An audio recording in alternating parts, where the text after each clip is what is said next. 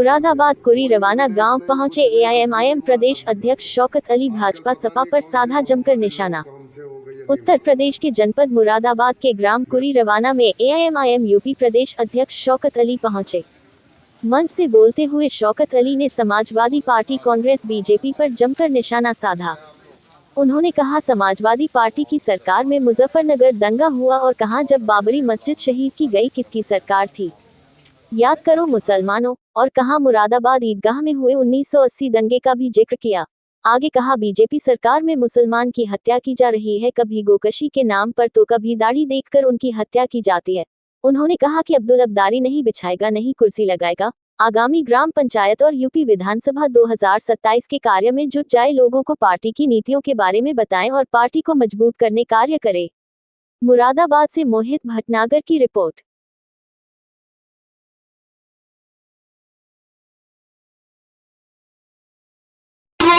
और गरीबों की और अवामों की बात जो करने का काम कर रहे हैं मेरे दोस्तों, मैं देख रहा हूं कि पूरे उत्तर प्रदेश के अंदर दाढ़ी वालों को, टोपी वालों को और मेरे दोस्तों जो कलमा ला इलाहा इल्लल्लाह मुहम्मद रसूलुल्लाह पढ़ने वाले हैं, उनको जिस तरीके से सताया जा रहा है। हिंदुस्तान के अंदर कोई मौजूद मुजाहिद है जिसका नाम बैरिस्टर अब्दुल वसी है, वो पार्लियामेंट से लेकर 74 हक मसलूम की आवाज उठा रहे हैं। और मैं जानता हूं जितना संविधान को बैरिस्टर अब्दुल वसी पार्लियामेंट के अंदर कोर्ट करते हैं, हिंदुस्तान का कोई दूसरी कोर्ट नहीं करता।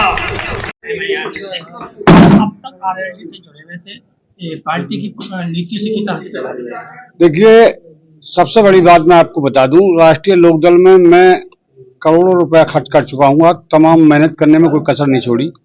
लेकिन राष्ट्रीय लोकदल जब मेरे पास आपदा आई, परेशानी आई, मुकदमे हुए, उस समय उन्होंने मेरे लिए एक न्यायिक जांच के लिए भी एक लेटर नहीं लिखा हमारे राष्ट्रीय अध्यक्ष ने।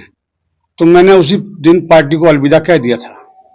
इस पार्टी से किस तरह से आप इस पार्टी की नीति से किस तरह से प्रभावित? इस पार्टी की नीति से इसलिए प्रभावित हैं कि हक और हिस्सा हमें अपना चाहिए, हिस्सेदारी तो हमें चाहिए। भाई, हिस्सेदारी के लिए ये लड़ाई लड़ रहे हैं। अपने हक और हकूक की लड़ाई हर समाज को लड़नी चाहिए और हर पढ़ा लिखा नौजवान तबका जितना भी है वो इस पार्टी पे अब तुल्क हो गया है कि अब हम अपनी पार्टी के अलावा किसी को वोट नहीं करेंगे। आप जिला पंचायत सदस्य रहे, सांसद का चुनाव भी आपने लड़ा है, जी, राजनीतिक इतिहास रहा है। अब आप अपने बेटों को चुनाव में उतारे हैं, 2 बेटों। जी। क्या तैयारियां हैं, किस तरह से? देखिए, हम जनता के बीच में 24 घंटे रहते हैं। जन जन तक उनके दुख और सुख में हम हमेशा शरीक रहे हैं। उनकी किसी भी हालात की कोई परेशानी है, जिस हालात में भी जिसने जिस टाइम याद किया उस टाइम हाजिर है।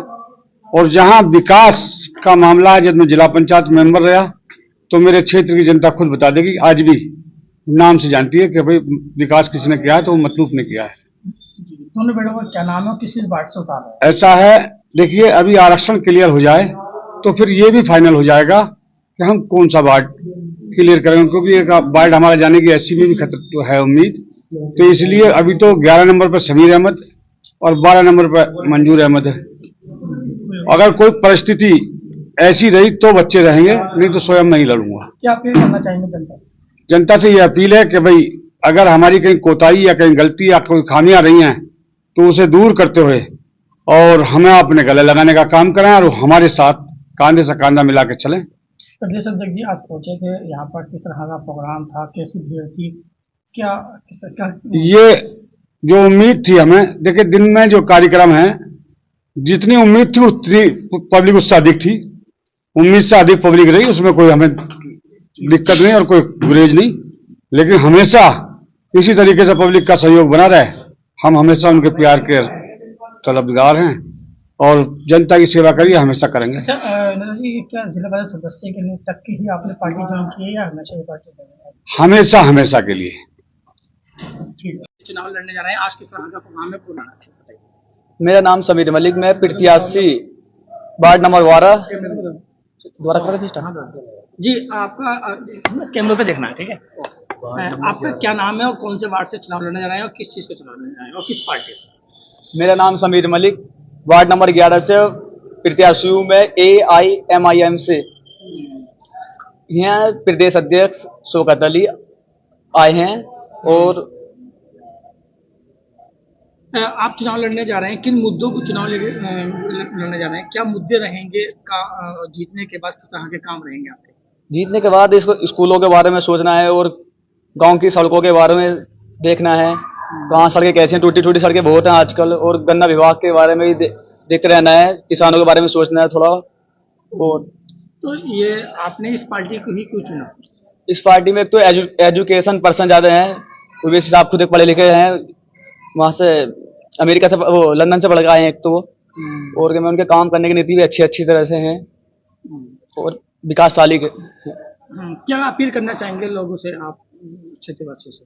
मैं लोगों से यही कहना चाहूँगा कि पढ़ा लिखा इंसान देखें आप अपने लिए, आगे भविष्य में पढ़े लिखे लोगों की ज़्यादा ही पकड़ होगी आगे जाके, यही कहना चाहेंगे। जी, आज यहाँ पे किस पार्टी कौन अध्यक्ष पहुंचे हैं यहाँ पर? यहाँ प्रदेश अध्यक्ष शौकत अली जी आए हैं, उनका उद्घाटन अच्छी तरह से करा है हमने और अच्छी तरह से ही करते रहेंगे आगे से भी।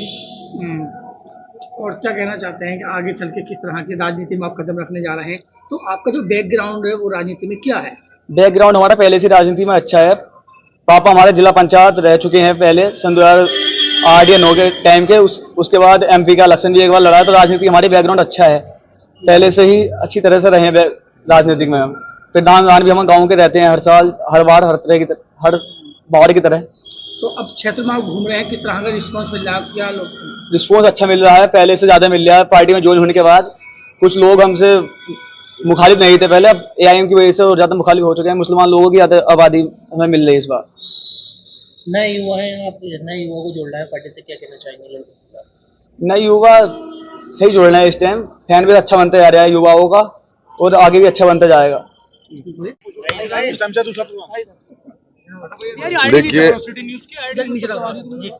देखिए मैं लगातार पूरे उत्तर प्रदेश में पार्टी के संगठन को विस्तार देने के लिए मैं जगह जगह कैडर्स प्रोग्राम, नुक्कड़ सभाएं और बड़े प्रोग्राम, हर तरीके के प्रोग्राम से मैं कर रहा हूं, बनारस से बलिया, गाजियाबाद से गाजीपुर तक। तो इसी सिलसिले में पश्चिमी यूपी के 7 से 8 दिन के दौरे पर मैं हूं। तो अब सामने जिला पंचायत का इलेक्शन है, 2027 में विधानसभा का भी इलेक्शन है अल्हम्दुलिल्लाह। तो हम अपनी तैयारी कर रहे हैं और लगभग हमारी 70% तैयारी मुकम्मल है। क्या मानते हैं कि 2027 के चुनाव में किस तरह से क्या करने की पार्टी बन जाएगी? देखिए हम तो चाहते हैं कि उत्तर प्रदेश में एक मजबूत गठबंधन बने, जो गठबंधन बीजेपी को रोक दे। उसके लिए समाजवादी पार्टी का गठबंधन बीजेपी को नहीं रोक पाएगा, क्योंकि आपने देखा कि 2017 में, 2022 में ये लोग बीजेपी को नहीं रोक पाए, तो ये समाजवादी का गठबंधन बीजेपी को समाजवादी नहीं रोक पाएगी। इस प्रदेश में अगर बीजेपी को कोई रोक सकता है तो दलित और मुसलमानों का एक मजबूत गठबंधन, जो कि 20-20-40 होगा, हम बीजेपी को उखाड़ देंगे उत्तर प्रदेश से इंशाल्लाह। अभी संबल की अगर बात की जाए तो सरकारी विद्यालय की बात की जाए, वहाँ पर एक अध्यापक और प्रिंसिपल को निलंबित कर दिया गया, सस्पेंड कर दिया गया, क्योंकि वहाँ मुस्लिम, वहाँ कुरान की आयतों का पोस्टर लगाया गया था। देखिए यूपी गवर्नमेंट है, इस गवर्नमेंट में कुछ भी संभव है। हमारी पहचान से इन्हें जो है तकलीफ है, ये नहीं चाहते हैं कि इस प्रदेश में, इस देश में मुसलमान रहे। वही लड़ाई तो हम लड़ रहे हैं, हम तो वही लड़ाई लड़ रहे हैं। मैं ये पूछना चाह रहा हूँ कि हर थाने में, हर स्कूल में मूर्ति लगा करके उसकी पूजा की जाती है और कराई जाती है, तो क्या वो संवैधानिक है? वो संवैधानिक तरीका है? आप बताइए मुझे, क्या हमारे देश का संविधान इस बात की इजाज़त देता है? लेकिन आप देखिए ना, वही संभल में CO अनुज चौधरी, वो जो मुसलमानों का दुश्मन है, जिसने मुसलमानों को गोलियां मारी, जिसके ऊपर कोर्ट ने आदेश दे दिया है FIR दर्ज करने का, अभी तक उसके ऊपर FIR दर्ज नहीं। वहाँ पर जब हिंदुओं के कोई त्योहार होते हैं और कोई उनके अपने जुलूस निकलते हैं, तो उसमें वो गदा लेकर के आगे आगे वर्दी में जबकि है, और मंच पे भी जाते हैं और वहाँ पे जाके नारे भी लगाते हैं GSR के। तो ये बताइए कि ये संवैधानिक है? नहीं है। गठबंधन क्या यूपी में किसी पार्टी से होगा 27 में? देखिए हमारी तो कोशिश है कि हम उत्तर प्रदेश में गठबंधन में जाएं और मजबूत गठबंधन बने, हमारी कोशिश है। यूजीसी का मुद्दा चल रहा, हालांकि कोर्ट ने उस पर जो है विराम लगा दिया है, आपकी क्या प्रतिक्रिया है? जब उस पर लग गया तो अब उस पर क्या प्रक्रिया मैं दूं? जो मामला सुप्रीम कोर्ट में है उस मामले पे मैं क्यों बोलूं? अध्यक्ष जी, महाराष्ट्र में आपका गठबंधन बीजेपी से भी हो गया है, इस पर क्या कहेंगे? किसने आपको बोला? ऐसी चर्चाएं चल रही है। व्हाट्सएप यूनिवर्सिटी की खबर पर आप यकीन मत करिए। हमारी एक कारपोरेटर ने बीजेपी की जो मेयर बन रही थी तो उसमें उसने उसको सपोर्ट किया, हमारी पार्टी ने उसको पार्टी से निकाल दिया। लेकिन मैं सवाल कर रहा हूं कि जो 10 विधायक समाजवादी पार्टी के बीजेपी के राज्यसभा एमपी को वोट डाले थे, उनको पार्टी समाजवादी पार्टी अब कब निकालेगी? अच्छा जी, हिजाब वाली महिला मेयर बनी है, क्या कहें? ये तो हम तो पहले से कह रहे थे बनेगी और बन गई अल्हम्दुलिल्लाह। हमारे कायद ने पहले ही कहा था, और एक दिन उत्तर प्रदेश की मुख्यमंत्री भी हिजाब वाली महिला बनेगी। जब 11% वाली एक महिला, एक दलित महिला जिसके बारे में लोगों ने कभी सोचा नहीं था, लेकिन मैं सलाम करता हूं दलित भाइयों को जिन्होंने मुत्तहिद होकर के अपने समाज की एक बेटी को उत्तर प्रदेश का 4 बार मुख्यमंत्री बनाया था। तो हम तो 20% है उत्तर प्रदेश में, इंशाअल्लाह आज नहीं तो कल हमारे कौम की भी एक बेटी जो हिजाब और नकाब में होगी और उत्तर प्रदेश की मुख्यमंत्री बनेगी। पड़ोसी राज्य की बात कर लेते हैं, उत्तराखंड के अंदर यूजीसी लागू 1 साल हो चुका है, जिसमें कि 3 तलाक, हलाला, इद्दत जैसे में पूर्ण प्रतिबंध लगा दिया है। क्या इस तरह का कानून यूपी में आना चाहिए? गाजियाबाद से गाजीपुर तक, बनारस से बलिया तक उत्तर प्रदेश है, उसके आगे की बात मैं नहीं करता क्योंकि मैं पार्टी का राष्ट्रीय अध्यक्ष नहीं हूं। आप उत्तर प्रदेश की बात पूछिए तो मैं बात करूंगा, वरना नहीं करेंगे।